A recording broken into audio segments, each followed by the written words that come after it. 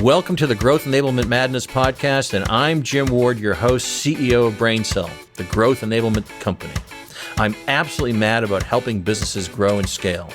And in this podcast, my team and I get a chance to talk shop with industry thought leaders about a variety of growth enablement strategies, stories, and technology trends. I'm happy that you're here, so let's get the growth conversation started.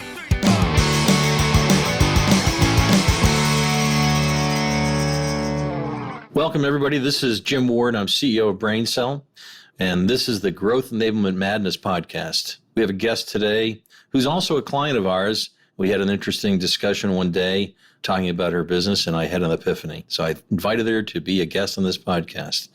Our company, as you may know, focuses on helping companies grow and scale. Sometimes we veer off of talking about technologies, or we veer off of talking with authors, and we find other topics that help you realize there's other ways to grow. So I'm going to introduce our guest, Heather Cox. Hi, Heather. Hi. Heather, the name of your company is what? Certify My Company. And let me just tell you a little bit about Heather, folks. Heather is a tireless advocate for diversity. This is what I found very interesting as we spoke one day. She is the co-founder of Certify My Company, a seminar director, public speaker, and a marketer whose business venture is helping to make business world more closely resemble the real world. But away from her professional pursuits, Heather enjoys not relaxing with her husband and 5 small children. My God, this former acro gymnast, tightrope walker, and juggler knows just how to balance her hectic life with yoga and do-it-yourself projects and baking. Wow, a juggler? Not a jogger, for sure. No, not a juggler, but you'd have to be a juggler with 5 small children. Exactly. I got that right. It was 5. It wasn't a misprint. It is 5, correct. Goodness gracious, me oh my.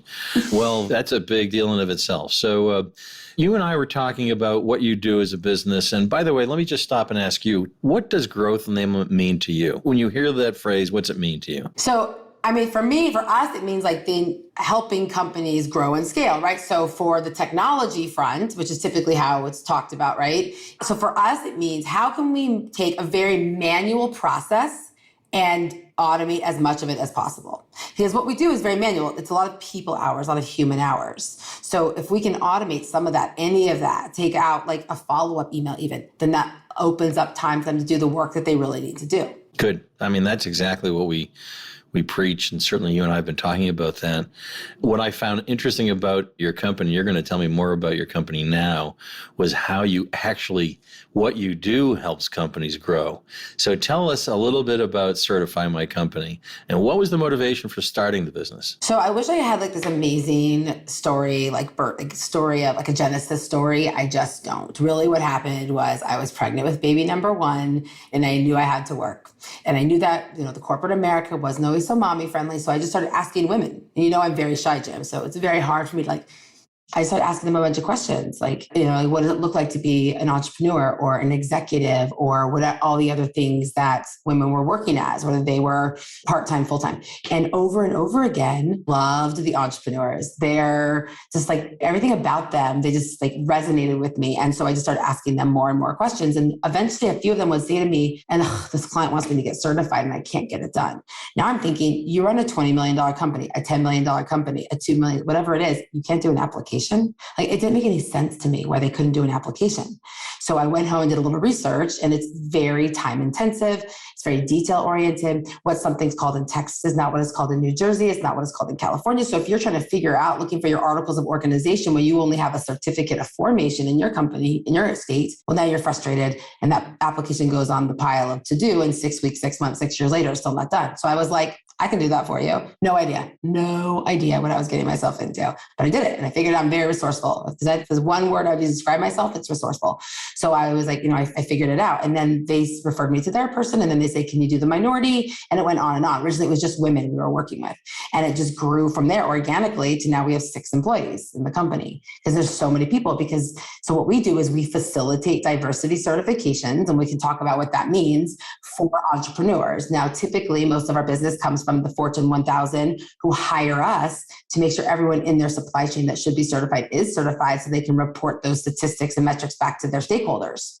And that the other 30% is entrepreneurs like yourself would hire us to do this process for them. Right. So What's the benefit? Why should I certify our company and whatever the certification is? What's the benefit? There's a payoff. That's what I had heard earlier. Oh, of course. The ROI is, first of all, there's zero downsides. There's no negative to being certified. So it really comes down to the positive. Now, I can give you the benefits list. It's going to take us 42 minutes. So let me just give you the brief version of that. Okay. So the first is access to opportunity. That's really what it comes down to. So often diverse business owners don't have the same access as other entrepreneurs do for a multitude of reasons. So this is like a side door access, I often call it, where entrepreneurs are like knocking on the door. Hello, do business with me. Hello, I'm awesome. Hello, pay attention to me. And the corporations and other businesses are like, we don't want any. You're like, no, but if you would just spend 5 minutes with me, you know I'm awesome. And you would totally want to do business with me.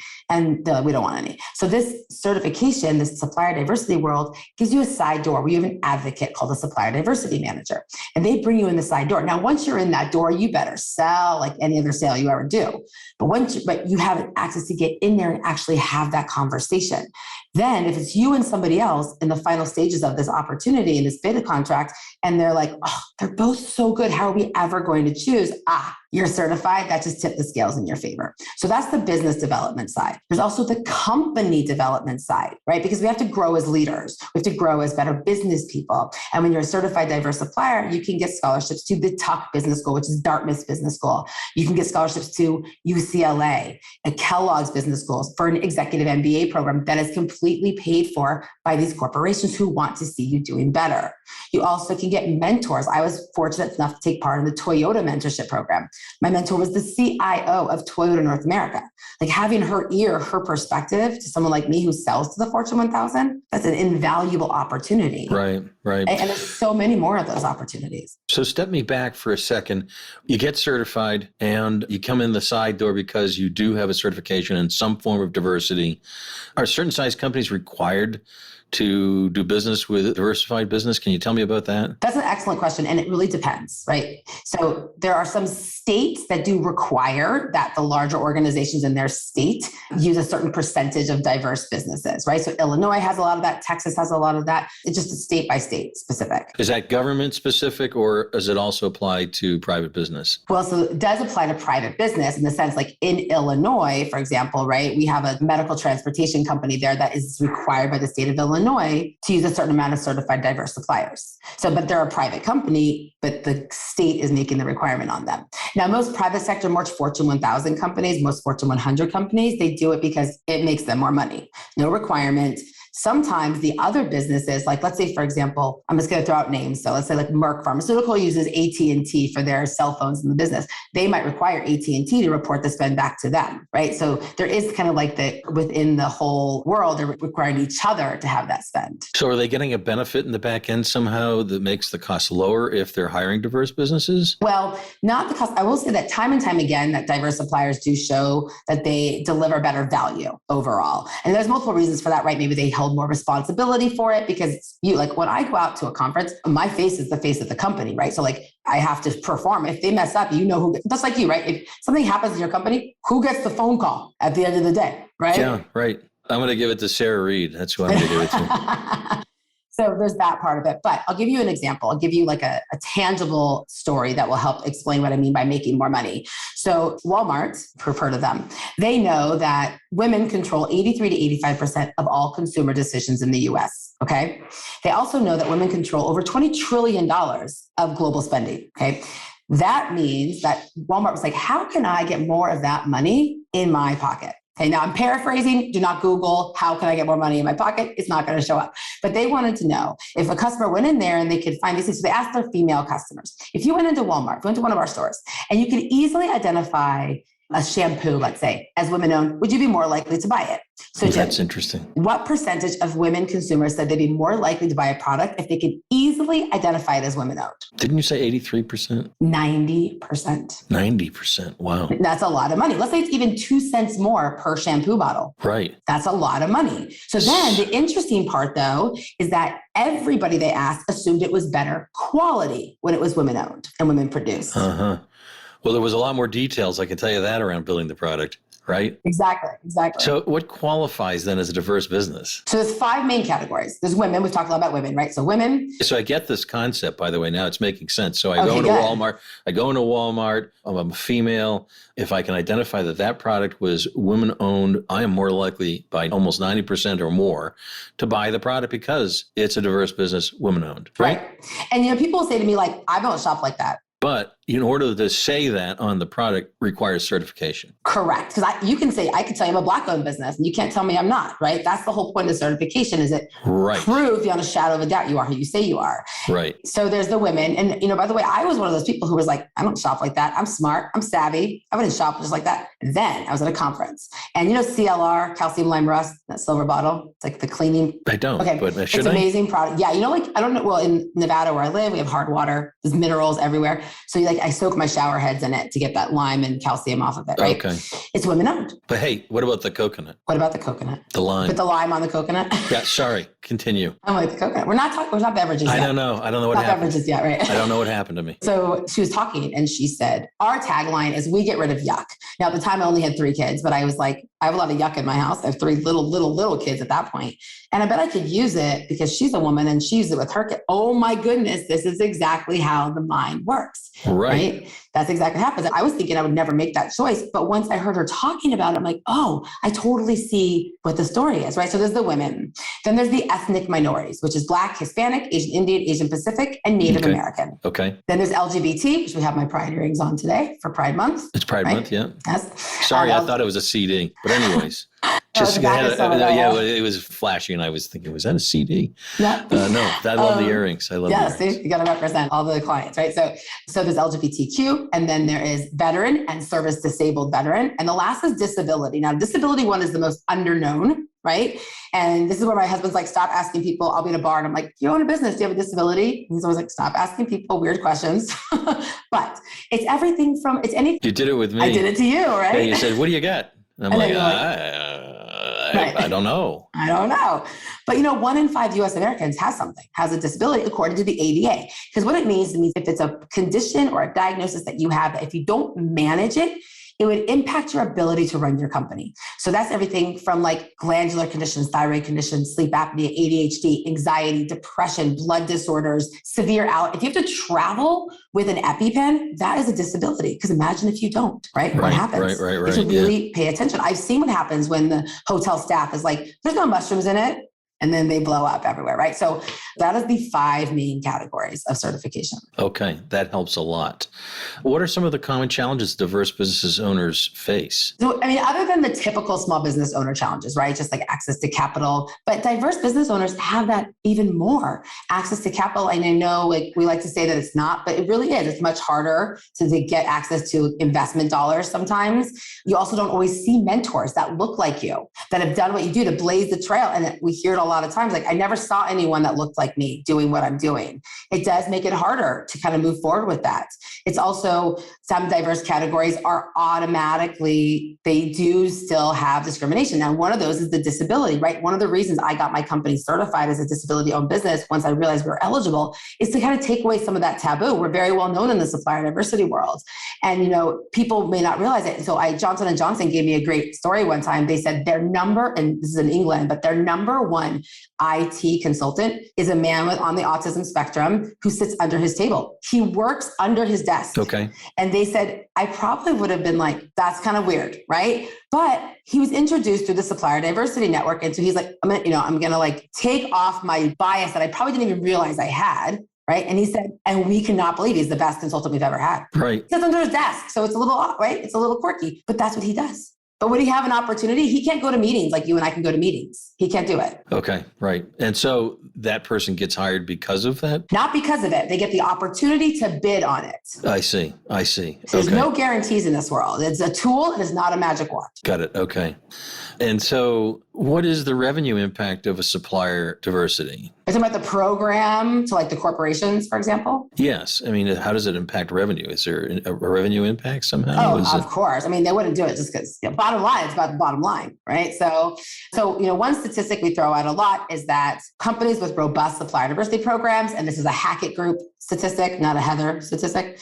They said that, companies with robust supplier diversity programs can boast 133% greater return on their investment into their supply chain. They get overall better value. So sometimes companies say, but small diverse businesses, they're a little more expensive. Okay, but are you just looking at dollars and cents, or are you looking at value? Right. So I was at a conference not too long ago, and Raul, who is the supplier diversity manager at Merck, he said at this very public conference that his diverse suppliers and his entire procurement team sees it, that they deliver better value overall. The check they write might not be less than the check, right? They're just pure dollars and cents. But when it comes down to what the overall value is, they find that diverse suppliers deliver more. And that is a cost savings, right? At the end of the day. And if you're not spending money, you're saving money. I find your business fascinating. So how do corporations go about finding and working with diverse businesses then? There's conferences. That's the number one way, right? Is that there is these great conferences for all the certification organizations that are out there. And I could spit a bunch of acronyms out at you, but like each of the demographics has, saying I'm a WBE is like saying I need a tissue. Is it, which brand of tissue do you want? Do you want WeBank, which is the Women's Business Enterprise National Council, private sector? So I want state of Illinois, right? So it's different brands. So these different brands, if you will, have conferences. So I'm going next month, for example, to Orlando to the Disability In conference. And there I'm going to be able to sit down face to face with all of these companies that are corporate members, everybody from Peloton to Johnson & Johnson to Facebook to you name it. These companies are going to look for qualified, capable, certified, diverse suppliers to work with. And you'll be there, for example? I will be there. And what will you do on the floor? What will you be doing with meeting folks? Are you introducing yourself to Facebook? Are you? Oh, we already work with them. But you already work with Facebook, okay.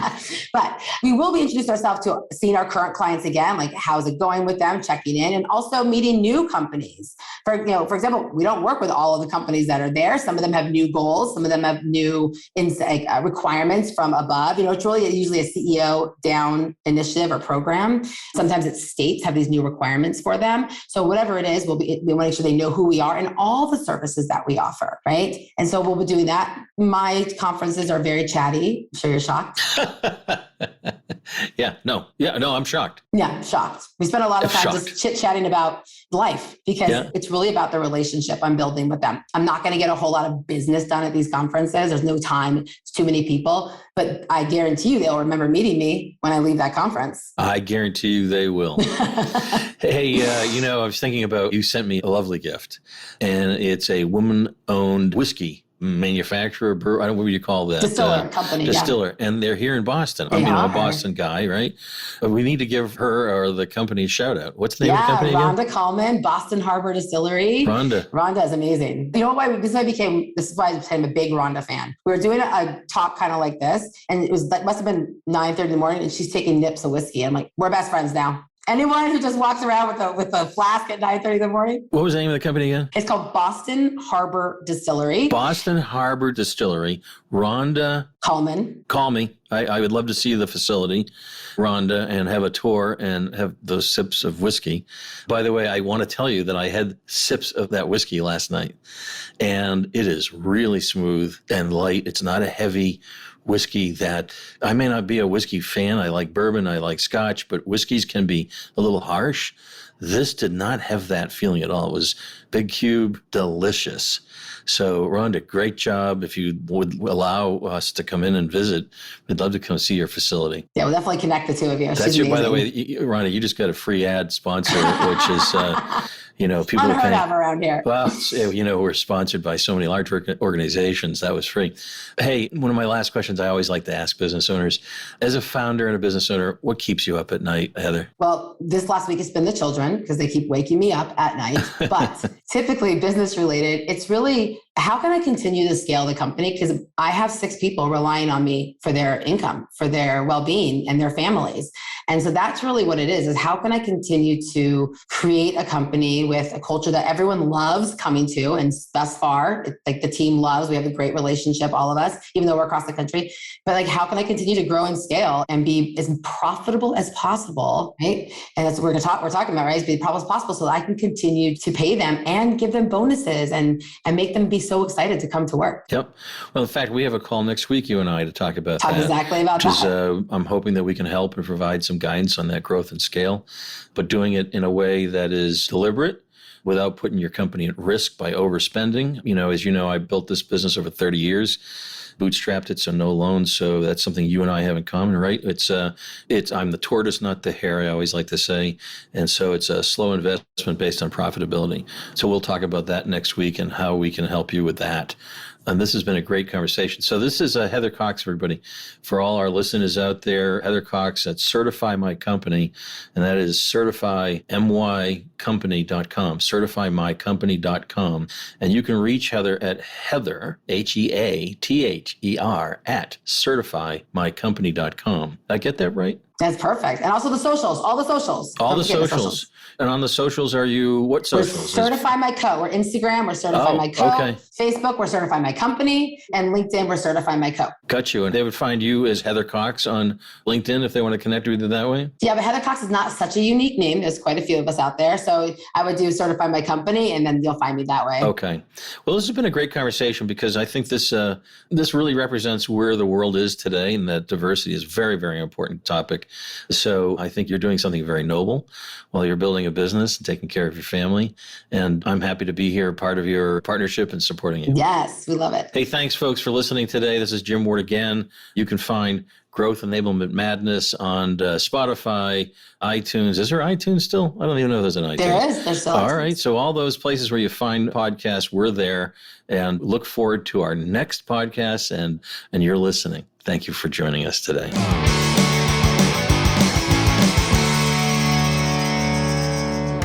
Thank you for listening to this episode of Growth Enablement Madness podcast.